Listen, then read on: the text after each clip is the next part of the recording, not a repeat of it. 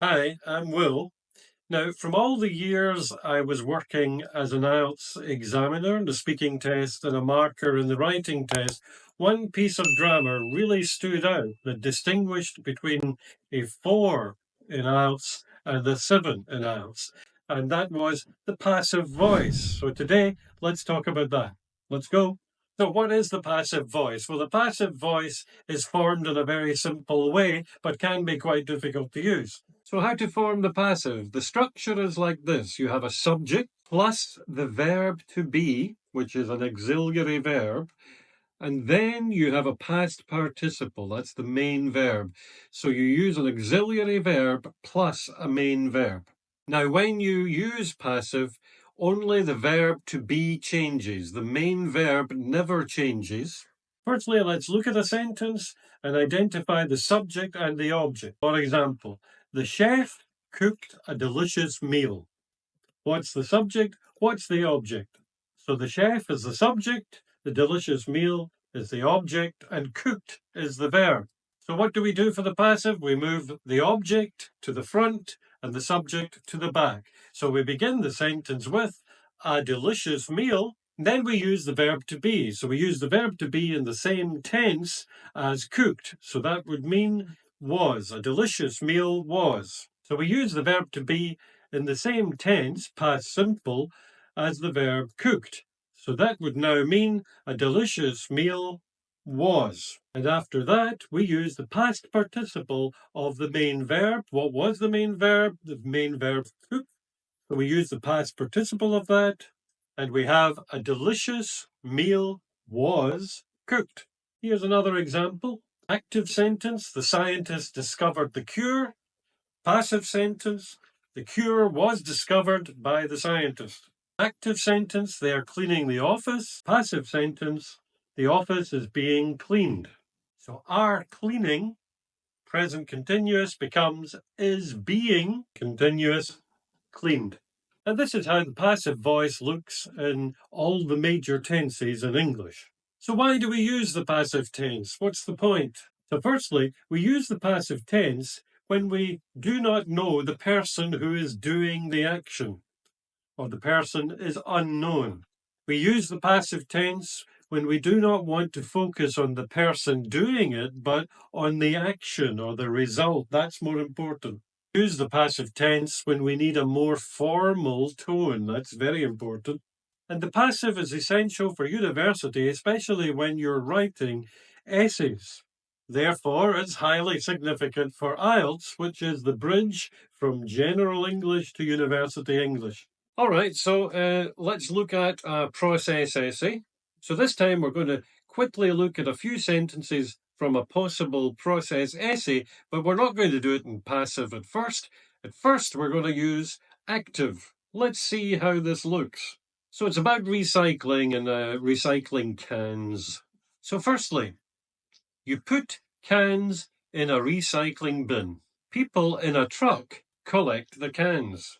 A really busy person, who I don't know, puts the cans in a cleaning, sorting, and compressing machine. Something very hot indeed heats and melts them.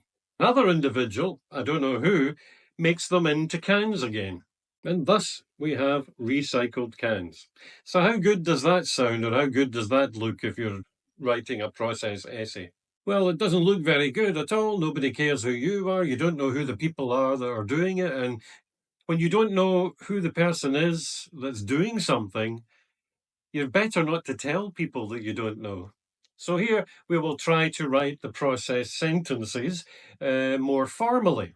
Used cans are put in a recycling bin. The cans are then collected.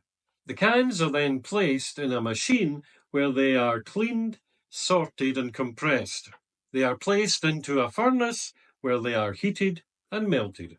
The old cans are made into new cans again. Okay, so that was how to write a more formal sounding sentence, or a very basic but more formal sounding sentence. So therefore, in that little example, we removed the personal the pronouns like you. We didn't say you, we didn't say I, and we didn't stress that we don't know who did what. Instead, we focused on what was done and the result. So in task 2, as I've already pointed out, you can use passive to good effect, and particularly you can use it at the beginning of sentences. And I did mention some of this in previous videos on task 2, if you would like to look later. Okay, so let's look at an introduction to an IELTS Task 2 writing essay. So first, let's look at a Band 4 introduction to a Task 2 essay, and then let's quickly change it to a Band 7, just by changing the grammar. We want to make the grammar score better. So here's the 4 in IELTS Task 2 writing. And if you notice in the highlighted parts with the verbs, the word people is used more than once. And this is something we want to avoid doing because it's clearly meaning that we don't know who we're talking about. For example, some people say, what people? Other people think, what people? So we don't want to draw attention to the fact that we don't know who said this or what, and we want it to be more formal anyway and not focus on the word people.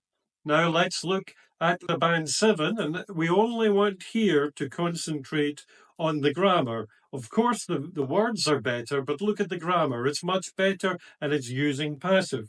Instead of starting a paragraph with some people say, we start with it is argued, passive. And in the same introduction, we say it is contended that it cannot be ignored. Another passive, this time with a modal. So as I said, vocabulary is better, of course. This is quite a long introduction, but concentrating on the grammar, the passive instantly makes it better. Now let's look at a main body paragraph. We'll start 4 again, and let's focus just on the grammar. You can see the word people several times again, and you can see it's focusing on student, and so many person don't know. And so again, this is concentrating, it's focusing on the fact that you do not know specifically who did this thing. So we can see that it's focusing on the person instead of what was done or the result, but also is focusing on the fact that we don't know who the person was. So why are you focusing on this? So we change focus and we make it more formal. How do we do it? We use the passive, for example, is spent, are constantly encouraged, are marketed, are frequently promoted, is often neglected, are not taught. Look at how many passives there are in this main body. Now that's quite difficult, but immediately the language is stronger, it's more focused, it's formal, it focuses on the action and the result. And if you form it correctly most of the time, this is higher than a 6 if you've repeatedly done it. And of course, if you look at the main body paragraph, there are other good things there also, including good grammar with the likes of relative clauses. Focus on the grammar, and the grammar is much, much better. But as I said, it's very useful in speaking also. So this video is mostly about writing, but you use passive in speaking in tasks 1, 2, or 3. It's extremely useful. So in task 2, for example, you could be asked, one of the tasks is about describe a gift, and you talk for 2 minutes describing a gift someone gave to you. If you notice, it says someone gave to you, because I don't know who that someone could be. You have to decide. But anyway, describe a gift someone gave to you. So how do you answering this question in part 2? You could say, I was given a gift by, or a gift was given to me. So a gift was given to me on my birthday that I really liked. But what's good about that is, again, it's very formal sounding, and you're demonstrating to the examiner that you can use passive correctly and in speaking where you have to think quite quickly. So obviously it's useful in part 3 because part 3 of the speaking test is really where they decide, are you going to get a high mark or not? Here's a question. Is it better to save money or spend it? This is part of the spoken reply. As you can see in the highlighted blue, there are some good uses of passive. For example, to be managed, is not saved, and should still be spent, a modal. So again, it can be used also in the speaking. Most importantly, at the moment, I'm focusing on writing, but the speaking, which is a little bit more difficult to do, it would be very impressive. So in this lesson, we've looked at the passive voice, and we've looked at transforming active to passive to see the difference and how effective it can be in the writing task 1, 2, and in any of the speaking. So please, in the comments below, let me know if you can manage using the passive in your writing in particular.